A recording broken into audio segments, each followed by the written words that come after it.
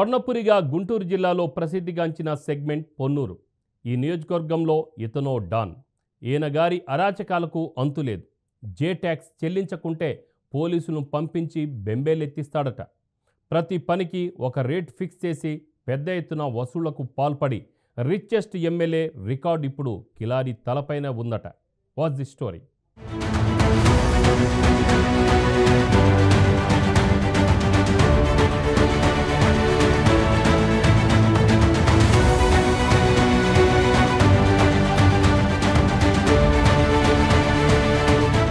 స్వర్ణపురిగా గుంటూరు జిల్లాలో ప్రసిద్ధిగాంచిన సెగ్మెంట్ పొన్నూరు 2019లో కిలారి వెంకట రోషయ్య ఎమ్మెల్యేగా ఎన్నికైన నాటి నుంచి స్వర్ణపురి ప్రతిష్ట మసకబారడం మొదలైంది.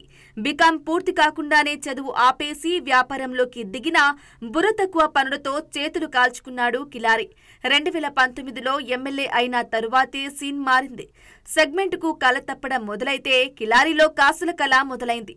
5 ఏళ్ల అధికారంతో సెగ్మెంట్ ను ఇనుప చీపులతో తుడిచేశాడు. నియోజకవర్గ రక్త మాంసాలు పీల్చేశాడు. ఆయన అవినీతి కష్టం విలువ జస్ట్ 3,000 కోట్ల రూపాయలు. జగన్ పదే చెప్పుకునే అక్క చెల్లమ్మల ఆస్తి డ్వాక్రా రుణాలు 100 కోట్లు హాంఫాట చేశారంటే కిలాడితనాన్ని అంచనా వేసుకోవచ్చు.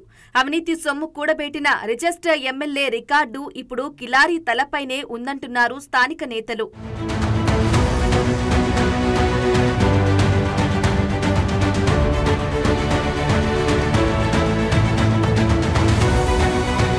పొన్నూరు అవినీతి చక్రవర్తిగా నిలిచిన ఎమ్మెల్యే కిలారి చేయని అరాచకమంటూ లేదు.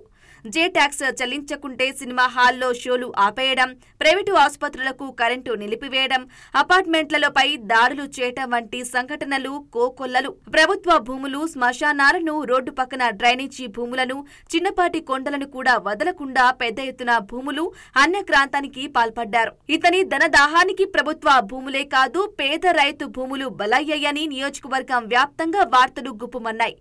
ఇంత జరిగినా పొన్నూరు మొత్తాన్ని భూతద్దం పెట్టి వెతికినా అభివృద్ధి ఆనవాళ్లే కనిపించదు. చెరువులు, మట్టికొండలు, ప్రభుత్వ భూముల్లో యథేచ్ఛగా మట్టి రాళ్లను తవ్వి తరలిస్తూ 100 కోట్ల రూపాయలు కిలాడి వెనకేసుకున్నాడు. బోగస్ పేర్లతో డ్వాక్రా రుణాలు, దేవాలయాల భూములు అన్యక్రాంతం చేయడం, పొన్నూరు మున్సిపాలిటీని అవినీతి కేంద్రంగా మార్చడం, కంకర క్రషింగ్ యూనిట్ల నుంచి డబ్బులు వసూలు చేయటం, బార్కు 20 లక్షల రూపాయల చొప్పున ఏడాదికి కమిషన్ విధించడం వంటి నేరాలు ఘోరాలు కిలారి ఖాతాలో లెక్కలేనని అంటున్నారు నియోజకవర్గ ప్రజలు.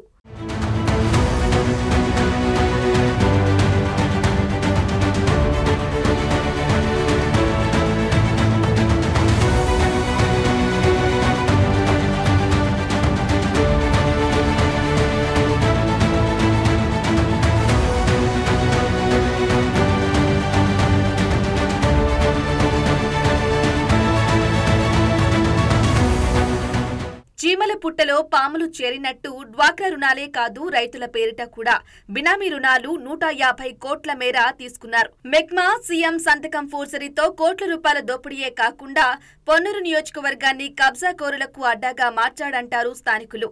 భూముల రికార్డులను ట్యాంపరింగ్ చేస్తూ ప్రభుత్వ భూములను, అసైన్డ్ భూములను, బీపట్టా భూములను పెద్ద ఎత్తున ఆక్రమించుకోవటం, చేతికి ముట్టకుండా సాగించినవి అవి. నీతి చరిత్రలో మచ్చుకు 4-5 అంశాలను తీసుకుంటే 100 ఎకరాల అక్రమాల లేవుట్లే అనుమతులిచ్చి 25 కోట్ల మేర దోపిడీకి పాల్పడినట్లు వార్తలు వచ్చాయి.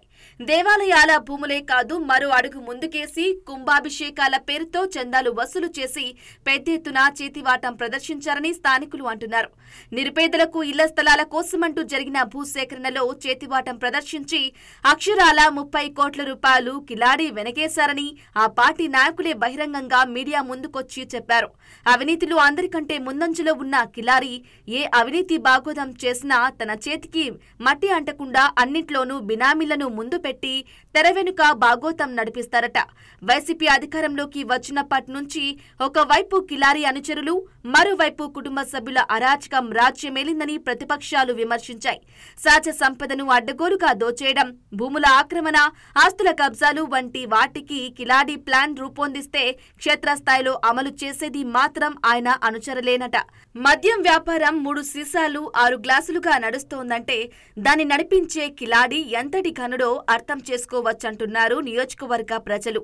ప్రస్తుతం జనసేన పార్టీలో చేరిన కిలారి వెంకట రోషయ్య పార్టీ మార్పుతో దోపిడీ బుద్ధిని కూడా మార్చుకుని మంచి నాయకుడిగా నిలబడతారో లేక పాత విధానాలే కొనసాగిస్తారో వెయిట్ అండ్ సీ.